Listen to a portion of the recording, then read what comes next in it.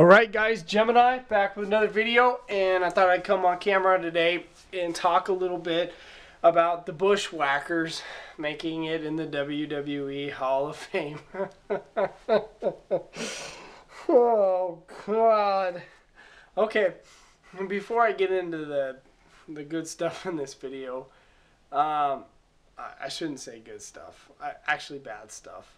Before I get into the bad stuff in this video, just let me say some good stuff about the Bushwhackers making in the Hall of Fame. One, they were fan favorites with the fans for a long time in the WWF in the late 80s, early 90s. You know, they got a good reaction. They did. They were pretty popular with the kids and sold a decent amount of merchandise, and they had a pretty decent following, and the Bushwhackers were a pretty popular tag team. They wrestled a long time. They started wrestling in the 60s. You know, they were heels as the Sheep Herders. They wrestled in Memphis. You know, they've been on the independent scene for years, and you know, they paid a lot of dues to get in the Hall of Fame, which is fine.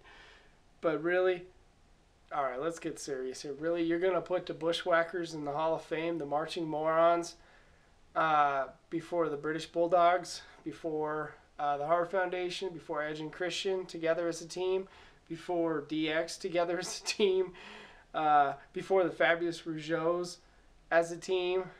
Get the fuck out of here with that. These guys were average wrestlers. They were average wrestlers.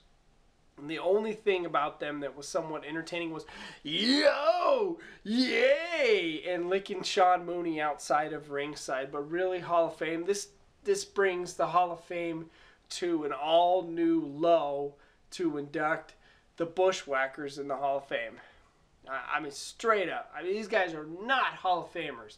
You're going to sit here and justify to me that they belong in the Hall of Fame before a team like the British Bulldogs, real wrestlers, Davey Boy Smith and Dynamite Kid, and the Fabulous Rougeaus, Jacques and Raymond. You know, real wrestlers from Montreal. Hart Foundation. I know Bret Hart's in the Hall of Fame. Anvil in the Hall of Fame.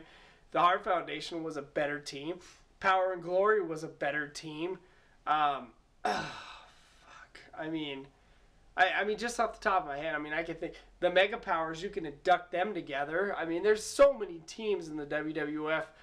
Demolition. The Bushwhackers are going to go in the WWE Hall of Fame before Demolition. Get the fuck out of here with that. Harlem Heat is not in the Hall of Fame. The Outsiders are not in the Hall of Fame. And the Bushwhackers are in the Hall of Fame. This is a joke. This is a disgrace. It's pathetic. These guys don't belong in the Hall of Fame. They were average wrestlers who were fan favorites, and like I said, and they wrestled for a long time. Whoopee, Hall of Fame. This is not a real Hall of Fame. And the Hall of Fame has just been degraded even lower with the Bushwhackers entering the Hall of Fame. These guys don't deserve this before a team like Demolition. 3 times WWF Tag Team Champions. And we got a team like the Bushwhackers who never won a damn title in their lives. Maybe they did in Memphis. Maybe they did as the Sheep Herders. And they were famous heels, and maybe they won belts in Memphis and wherever else they wrestled. But, I mean, come on. I mean, the Hall of Fame is just getting worse and worse. I mean, why don't we induct the Gobbledygooker? Why don't we induct Duke the Dumpster Drosy? Or Techno Team 2000? Or Well Done?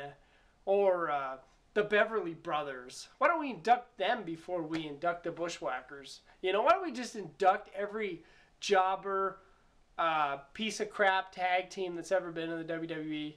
And then we'll do them right side by side with the Bushwhackers, and we'll call it a day. This is a joke. Straight up. This takes the Hall of Fame to a new low to put the... Maybe we'll get a Bushwhackers Hall of Fame DVD now with their greatest match. Oh, wait. They didn't have any great matches because they were terrible inside the ring. Everything about them was terrible. The Hongi was terrible. Their finishing move, you know, when they would do the battering ram into their opponents, terrible. I mean, really? I mean, I'm sorry I'm being negative. I'm honestly not trying to be negative about the Bushwhackers going to the Hall of Fame. This is as bad as Coco Beware. Straight up. This is as bad as Drew Carey going in the Hall of Fame.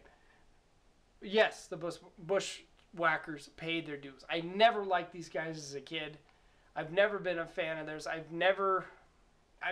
cannot go back legitimately and find any Bushwhacker matches that I went, oh, I need to see that. I don't understand why these guys are getting in the Hall of Fame.